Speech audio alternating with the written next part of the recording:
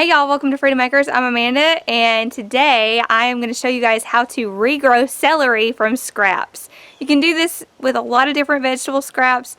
This method works for carrots, for green onion, celery, lettuce, lots of different things in your produce section. So today I've got my shovel. I just put some dirt into 2 pots, and I'm going to regrow some celery. These are just 2 old garden pots. I put some leaves in the bottom so that all the dirt doesn't just wash out. And this is just dirt from my yard. This is topsoil from a high place in our yard. I put the dirt in there. I've got my celery in here. As you can see, this is just celery that I have cut off. I used the tops, but I have the bottoms. I left a little more than I normally would. Normally I would use more of the stalk, but I knew I wanted to replant these, so I just shoved it in the ground here in my pot. And you just want to barely cover this. You just want it covered. See? Just barely. I'm going to bring you guys back after this celery has been in the soil for about a week. We should be seeing some sprouts. I'm going to keep this watered. You don't want this over wet or it will rot the celery. You just want it damp. This soil is already damp. I'm going to go ahead and put a little bit more water on it, but we do anticipate rain in the next few days. So I'm going to keep it in a covered place up under our awning so that I can monitor the water. I don't want it to get waterlogged.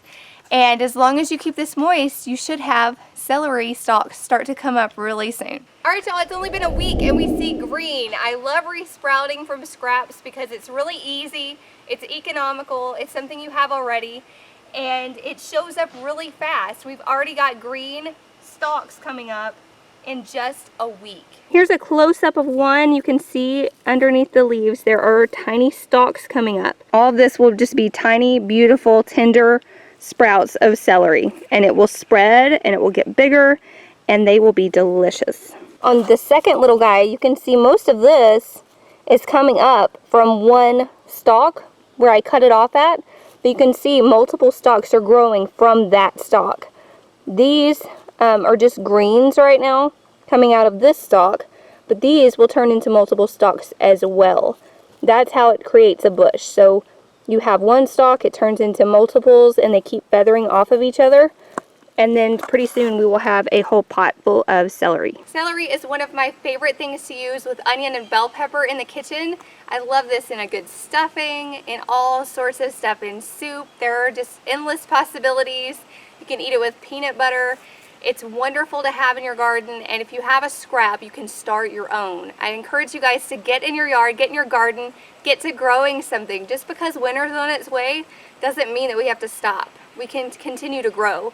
These also grow really well indoors. I have had them potted and brought them in the house before, and then you have celery growing in your house. It's very fragrant, so if you don't like the smell of celery, you probably don't want to do that.